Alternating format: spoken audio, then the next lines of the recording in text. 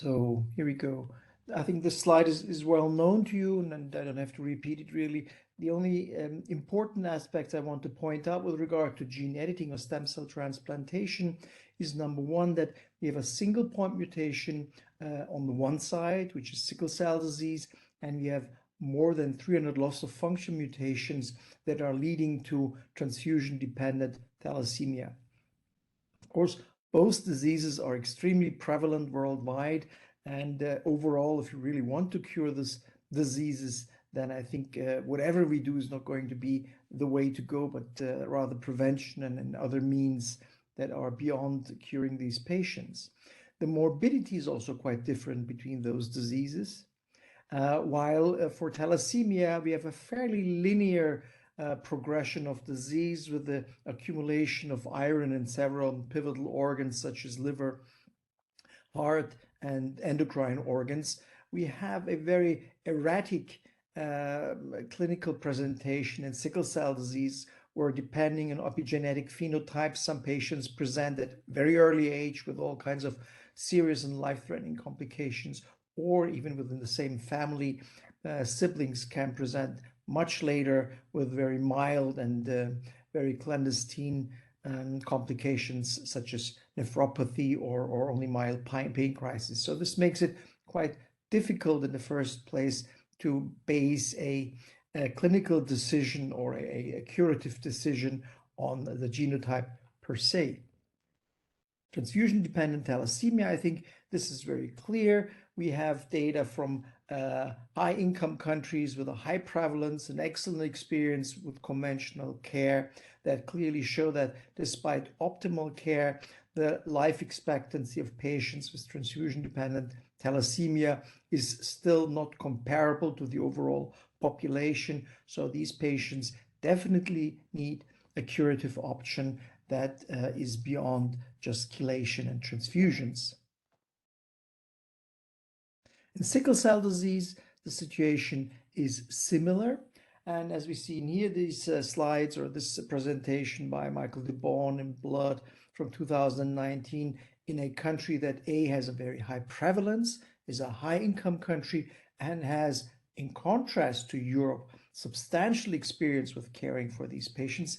And still, he demonstrated that the median survival for adults with sickle cell disease is more than 20 years shorter than for African Americans living in the United States. Now, something has changed after we had a sleeping beauty period of several decades, which is the availability of new disease-modifying drugs such as glutamine, crizanlizumab, and voxelotor that we did not have for several decades. We were basically limited to our preventive and screening measures that are obviously extremely effective. We had only hydroxyurea as disease-modifying drugs, transfusions, and of course the treatment of acute complications that were also limited. Now, over the last 5 years, we got at least 3 drugs, and many more are in the pipeline, that can change the course of the disease, and they were licensed based on certain short outcome parameters such as pain control, so reduced number of pain crises and vaso-occlusive crises, and rise of hemoglobin levels. But the main question is, what is the long-term impact on systemic vascular complications of these drugs? Because those are eventually the ones that in high-income countries are life-limiting. And this is what we see here by Hassel et al. In 2010. He showed clearly that in the United States, again, where the cure is excellent, the infant mortality could be abrogated more or less.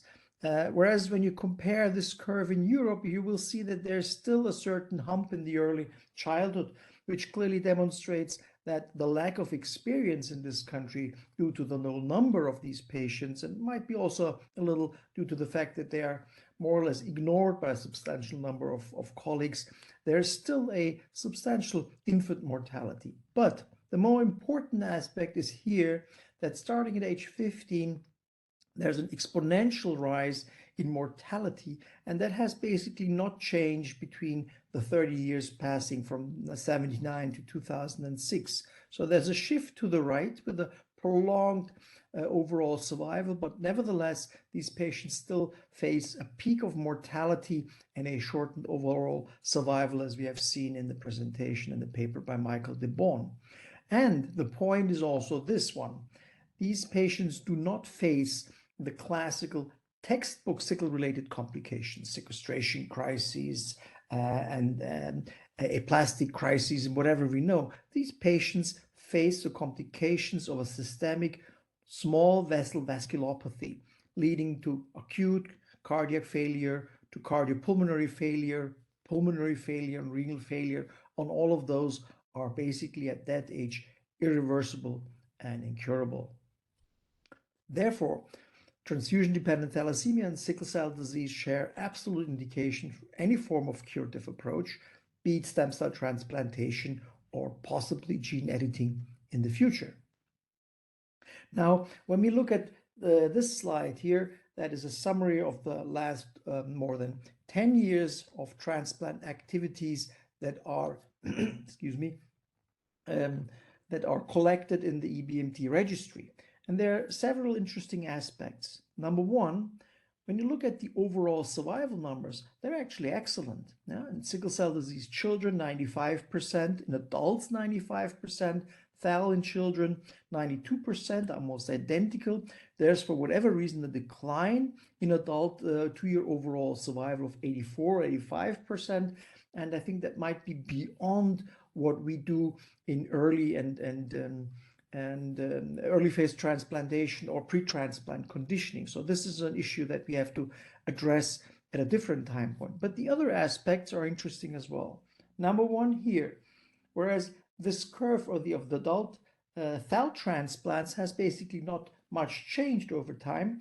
It looks like that starting in 2016 and 17, there's an awakening and a rising awareness for adult sickle cell patients that transplantation might be an option for them. And last but not least, what we see is obviously that in the times of COVID pandemic, the transplant indications changed, and we're basically focusing on malignant diseases where due to the ICU emergencies and the shortage of staff, these transplantations would put on the back burner and declined in that period. Haploidentical transplantation for sickle cell disease is an option. Thalassemia is an option, and these are data from Lee et al. In Blood Advances. He looked at 1,110 patients, matched related, mismatched related, matched unrelated, or mismatched unrelated between 2000 and 2016. And again, these data are pretty clear that event-free and overall survival from matched related and matched unrelated donors is overlapping. For you guys, this might not be a surprise, and it's of course not a surprise when you compare it with leukemias, where you also see that maybe even a MUD donor with regard to graft versus leukemia is the better choice. But when you look at the mismatched relative outcomes, they are significantly worse. And there's a question mark behind that, because I will show you data that are probably not as bad as we have seen here in the registry. But when we change the graphs and now adjust for age, you probably might see the solution for this problem. So age is the major denominator with regard to outcome. Below 6 years, up to 15 years, and beyond 15 years, the overall survival is declining significantly. So this might be a complication of iron overload, but this might be also the complication of a delayed transplant now going into the experimental setting using a haploidentical donor. Whereas the same donor at a younger age might possibly yield the same outcomes as you see with matched sibling and matched unrelated donors. And this is something that we have to definitely explore. Now, we can conclude that overall event-free survival does not differ between matched related and matched unrelated donors. Haploidentical transplantation for thalassemia, and when you have seen the slides from the registry, but here are nice data from Anarutapan from Thailand. They apply a pre-transplant preconditioning for these patients because they face a substantial number of patients that come into transplant with high titers of donor-specific antibodies. So these patients receive rituximab and dexamethasone and fludarabine and Velcade and so on and so forth as a preconditioning. Then they go into transplant with ATG, fludarabine, busulfan, and post-transplant cyclophosphamide. And the outcomes are pretty remarkable, at least for the short-term period. They presented here data on 83 transfusion-dependent patients with thalassemia, median age 12 years up to 28 years, minimum follow-up of 6 months, a 3-year projected overall event-free survival of over 96%, 2 graft failures, of course, with the patients that had extremely high titers donor-specific antibodies, and only 7% of patients who developed severe GVHD. So to go for a haploidentical transplant in a controlled setting is possible and can be successful, as it was shown here. Here are our data from a different approach.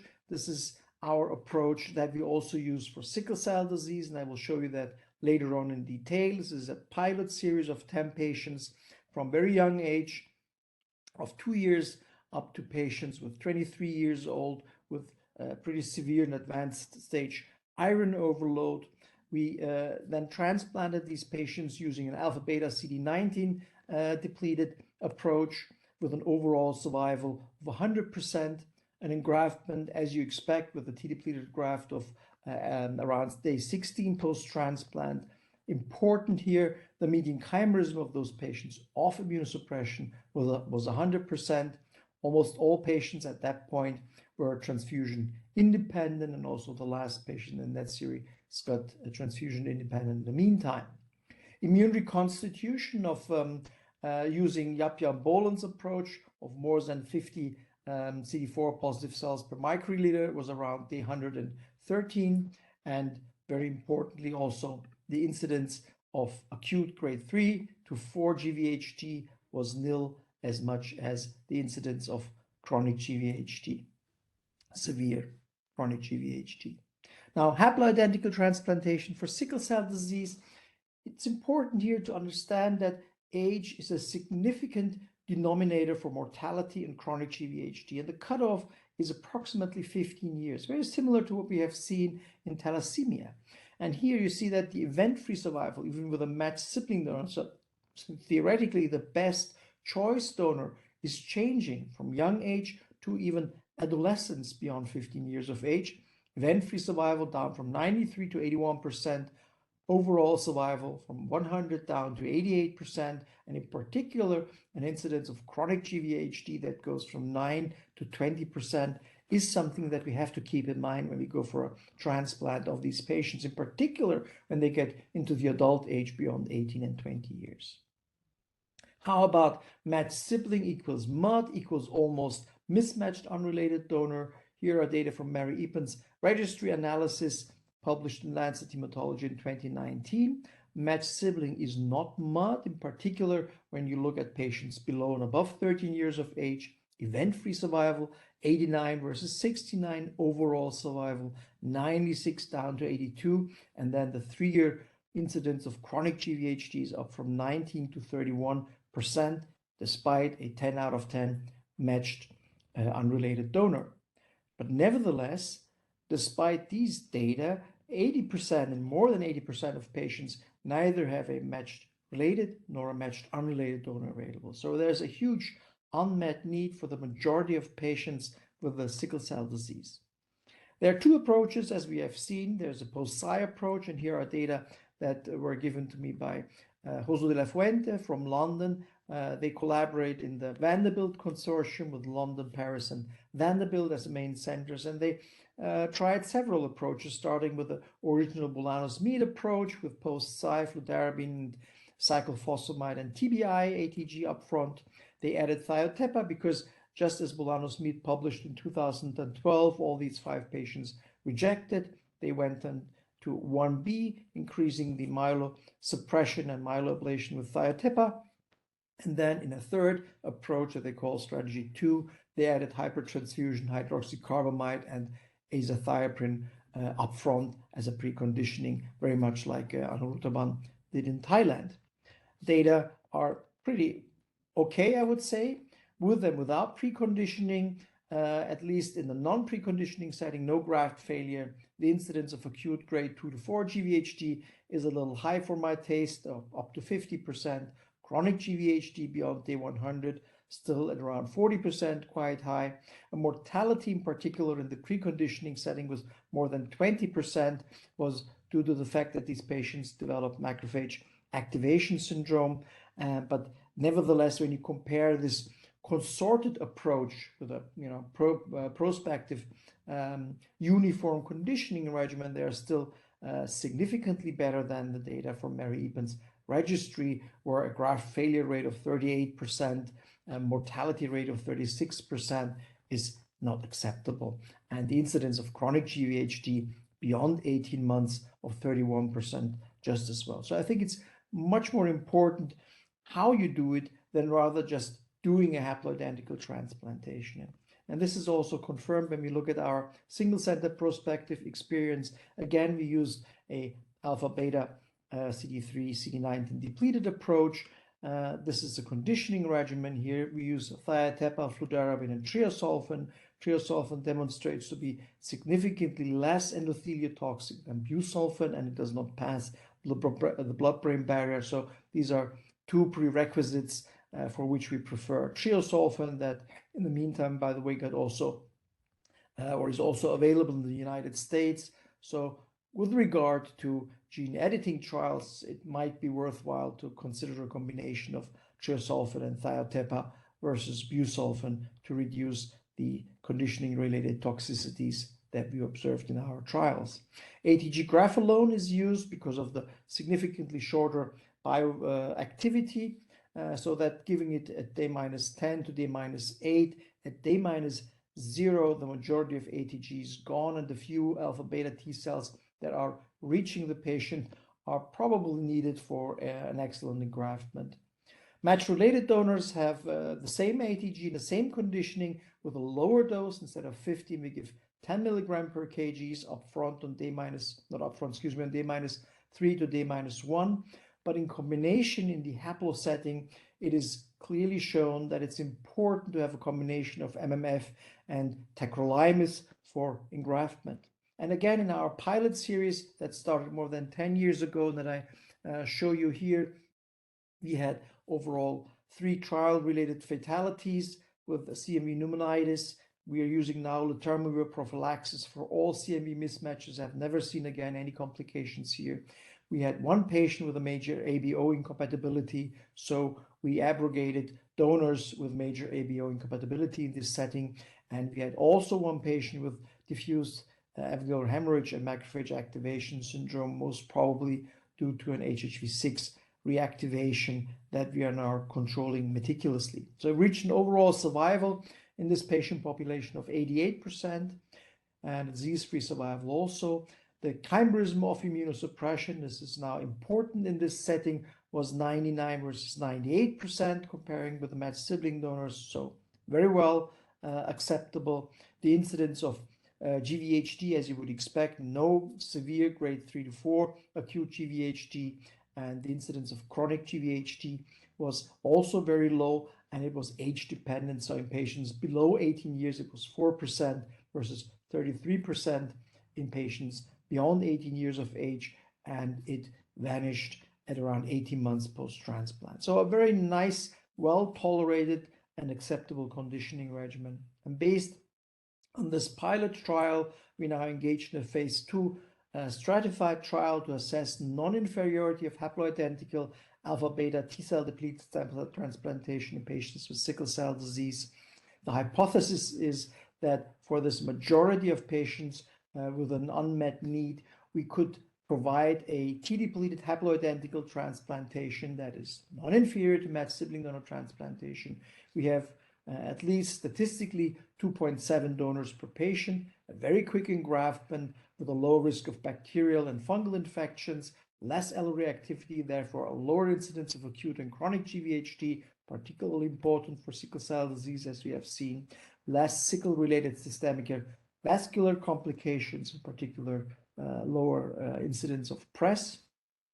Infertility might be another issue using the treosulfan-based conditioning, where we think that patients that have not seen chemo prior to transplantation might benefit from this regimen. And I think the rate of infertility might be lower than we expected by the end of the trial.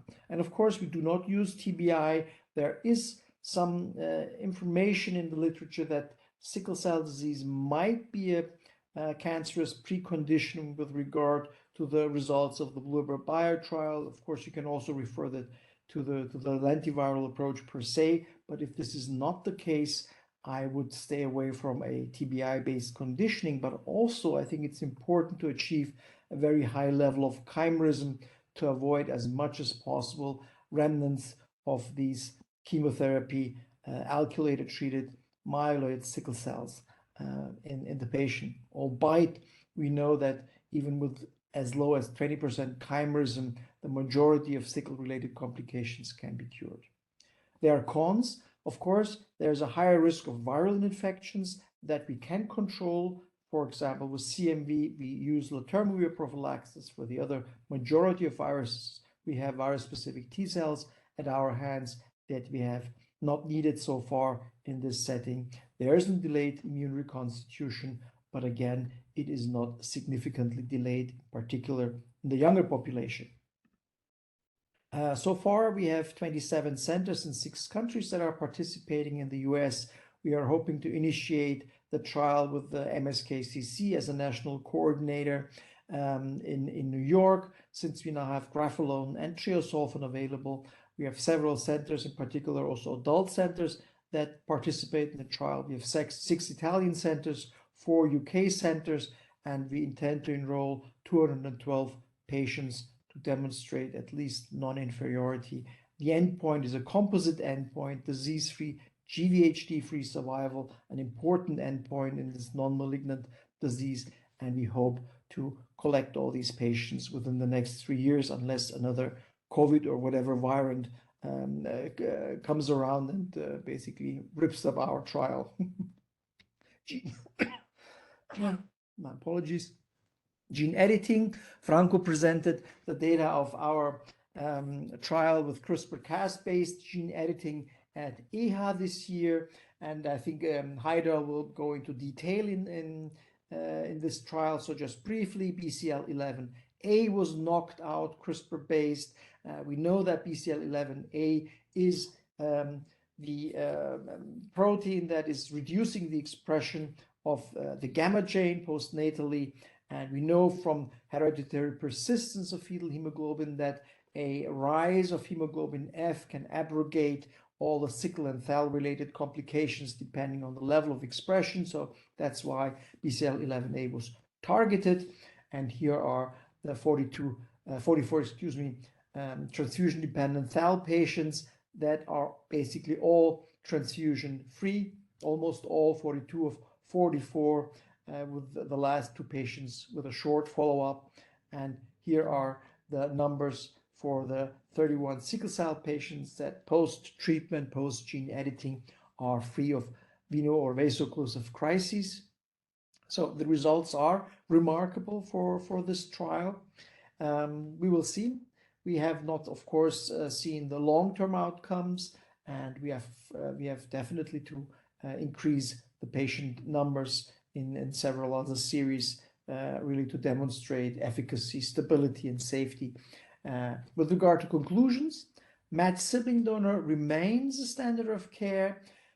For the sickle patients, I would at least be careful when you go and transplant patients beyond 18 years of age because of the higher risk of GVHD. Haploidentical transplantation is definitely an option for those patients, is curative for almost everybody, is increasingly comparable to matched sibling donor transplantation. The post-Cy approach in the short sight is cost-efficient and affordable in low and middle-income countries. The T-depleted approach is also cost-efficient, not on first sight, but when you consider that you might achieve a lower incidence of chronic GVHD, in the end, you might be at least even with the post-Cy approach. And I think the patients will be happy with a lower incidence of chronic GVHD. The classical donor hierarchy, I think, should be challenged with regard to sickle cell disease. So beyond 15 to 18 years, avoid a MUT donor and go for a haplo if you have the capabilities of doing that. For the Thal patients, I think the deuces are not thrown yet, but I can also imagine that a haploidentical transplantation with a fasting graft and a high sal dose might be superior to a MUT donor that you have for once-time infusion, and then you might have problems getting a hand on. And on top of it, it's of course also more expensive with regard to haploidentical transplantation. Gene therapy, gene editing, obviously no donor problem, no GVHD, no rejection, but still experimental, small patient numbers. We have off-targets effects, we have indels and other problems. We have chromotripsis that we have to look out for. There is the chance of gene silencing and insufficient expression. We have the problem of a surrogate therapy, and this is problematic in particular with the transfusion-dependent thalassemia, where I think this surrogate approach is much more feasible, because the chance to get over all those more than 300 mutations leading to TDT is something that we cannot achieve, at least in the near future. So having an approach that bypasses these mutations and still allows these patients to be transfusion independent is advantageous. But the disadvantages, and that's something that we have to experience when these female Thal patients get pregnant, that we have now hemoglobin F on both sides of the placenta, and inasmuch this 100% hemoglobin F on both sides is a problem for the unborn child, we have to see. Loss of fertility, there's no advantage because we still use a myeloablative conditioning for stem cell transplantation and gene editing. And of course, we have all the adverse and early complications of a myeloablative conditioning. On top of it, of course, we're talking of approximately €2 million, dollar, whatever, per patient. And that is something that is definitely not affordable in the majority of countries where this disease is prevalent. Now, overall, in summary, we designed this little graph here together with Josu a couple of years back, published in Lancet Hematology, where we suggest to, if you can, stay away from transplantation in the first 3 years of life, because we have a very high risk of, in particular, adenovirus infections in that age. We have a challenging pharmacokinetic, with busulfan and treosulfan PKs all over the place. We have accordingly a fairly high risk of veno-occlusive disease in SOS, and the majority of patients, if they are cared for conventionally well, have almost no sickle-related complications and no mortality of that. And of course, the Thal patients have no iron overload in that age. Between 3 and 10 years, it's definitely the golden age, if you want so, for a matched sibling donor transplantation, probably also for a MUT donor transplantation, if it's approved for haploidentical donor transplantation as well.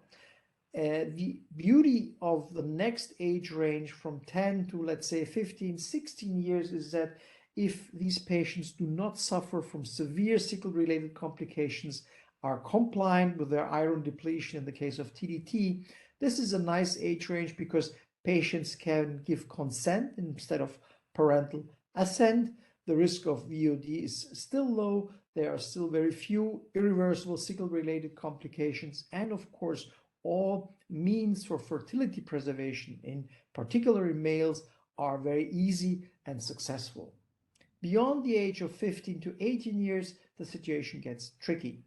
There, I think we have the main target for gene editing.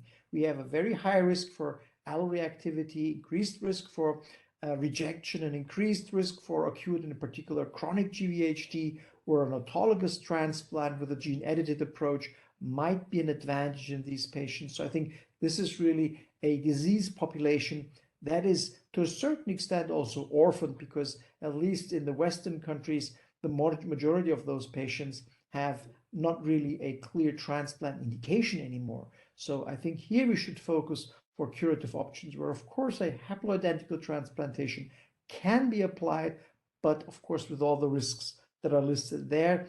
And gene editing has definitely an advantage here in this high-risk setting. Last but not least, I would like to draw your attention to our educational meeting on hemoglobinopathies that is taking place now for the 8th year in Regensburg, Germany. There are many important people coming to this meeting, and we try to offer a large plethora of different topics from the genetics of these diseases up to the curative options and all the ethical complications and questions that are arising with regard to treatment of these patients. And it would be my pleasure to welcome you in Regensburg in a couple of weeks. Thank you very much for your attention.